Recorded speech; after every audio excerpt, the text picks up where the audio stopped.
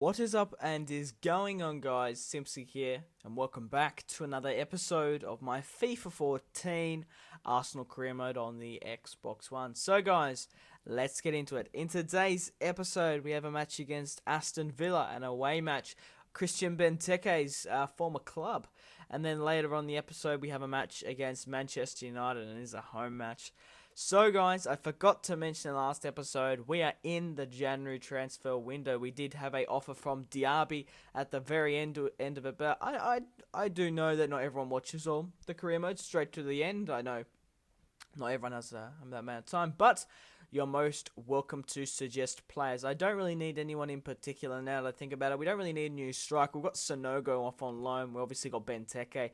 And speaking about Benteke and Fabianski, their future at Arsenal could be in doubt because I did make Benteke a crucial first team player, which was a mistake in hindsight, but I really wanted to bring him to the club, and I honestly thought I'd be playing him a lot more, but the 4-2-3-1 formation, and like I said, who are we going to sacrifice? Are we going to take Walcott off? Are we going to, I don't know, what are we going to do? Put in the comment section down below and suggest formations. Maybe we could work Benteke but I think Walcott's fine on the wing. We need a pacey winger. We don't need another main man striker. Benzema's doing fine. And speaking of Benzema, Jesus Christ, guys, he scored a hat-trick in the last episode. He really did redeem himself with me, and I was thinking of starting Benteke against his former club, but seeing that Benzema picked up that hat-trick, it'd be a fucking crime to starting off the bench. But we did manage to get 1-0 up here with a awesome header from Vermaelen. Cesc Fabregas picking up another assist for the club, which is absolutely fantastic. So I just want to quickly read you our situation in the Barclays Premier League. We're currently first, followed by Chelsea on second. I don't think it's really that important to read out the points. It might be easier just to read them out. Liverpool are third, Manchester City are fourth, Manchester United are fifth. So we're coming up against fifth very shortly. Tottenham Hotspur are 6th and Everton are 7th. So Everton are coming back into the top 7 table. Benzema, really keen from that hat-trick in the last episode, he's pretty ambitious nowadays. Look at that shot there, manages to get parried off the post.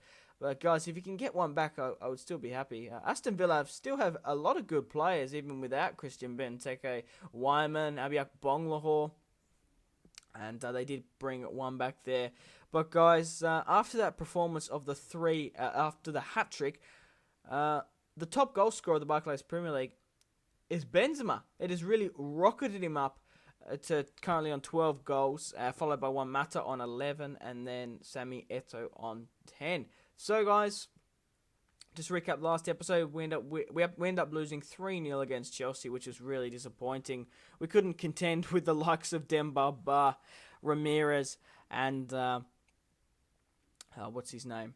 Sami Eto'o. But Walcott there with an amazing shot. I was quite surprised that he managed to hit that on the cutback end, and I'm quite surprised as well the stadium glitched. It was just like a whole black thing. I didn't mask it or chop half of the video half. There was just a big black thing in the middle. But Walcott, they're cutting back inside. But yeah, should I swap Walcott? Walcott is quick. He is pacey. Obviously, he's nowhere near as tall or as built as Benteke, but he can still score goals. And you probably they're playing more as a cam sort of thing than more of a winger technically. A Bonglahor there manages to bring it back in the 90. And fuck's sake, I go good, I draw. I go good, I draw. And it's just absolutely abysmal. It's not abysmal, it's just more annoying than anything. But I also forgot to mention we have some transfer negotiations. So we did end up selling Diaby to Newcastle United for 4.6 million. We did get allocated 3.9.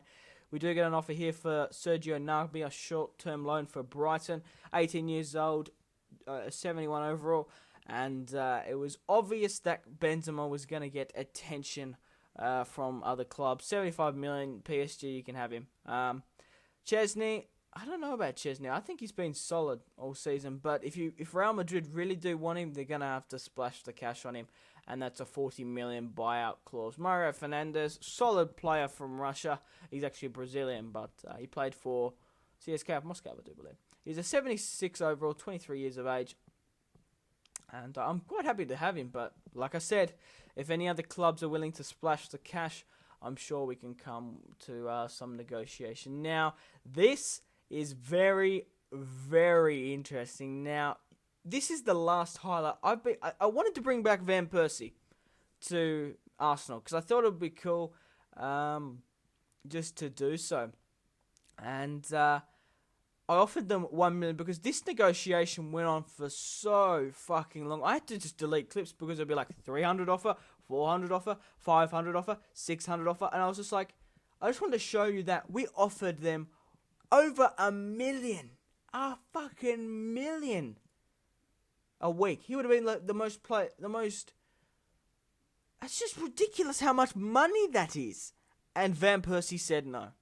I really wanted to bring him back just to, I don't know, it'd be kind of cool. Since we brought Fabregas back and we could bring another Arsenal player in. But we do have a match against Manchester United here.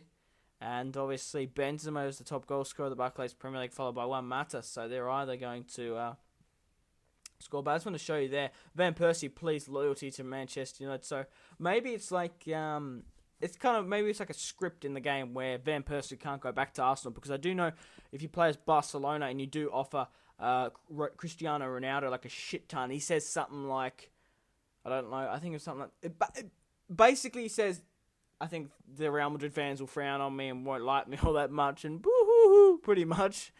But yeah, I really would have liked to bring Van Persie back.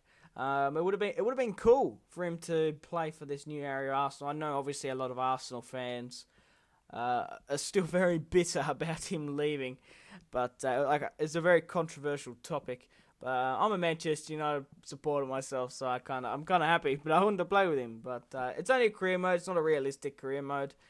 I never said at any point it was, but I thought it'd be cool to bring him back to maybe win a title with him. But it's going to be very interesting to see our title contention, because we really do need to beat Manchester United here, seeing as we lost against fucking Aston Villa. And we're not off to a good start here, guys. We ended up conceding to United. And it was Robin Van Persie, the fucking player we meant to sign, ends up picking up the scoring against his former club. And Van Persie's there at it again, trying to get one past Chesney. It makes it 2-0. 2-0! I'm so angry with Arsenal at the moment. Maybe we need to get a new goalkeeper or something. We nearly managed to get one more back, but Fabregas did whip it back in, but didn't really amount to anything. Santi, who's been spectacular all season, and it was Karim Benzema to bring one back, and he's really starting to pick up form from that hat-trick, and I'm hoping he can hopefully bring us over the line. Puts it in the bottom left, past David De Gea, makes it 2-1, being 2-0 down at the Emirates is fucking, it's embarrassing to say the least. But many other clubs they've been up against us and they've come back. So why can't we pull a draw against United? Come on, lads, let's get back and do this. And maybe we need to do the triple threat a little bit sooner, bringing on Benteke, Thomas Rosicky, and the Ox. But guys, Robin Van Persie in, whips in another one to Nani, and after that goal, I was just so fucking fuming.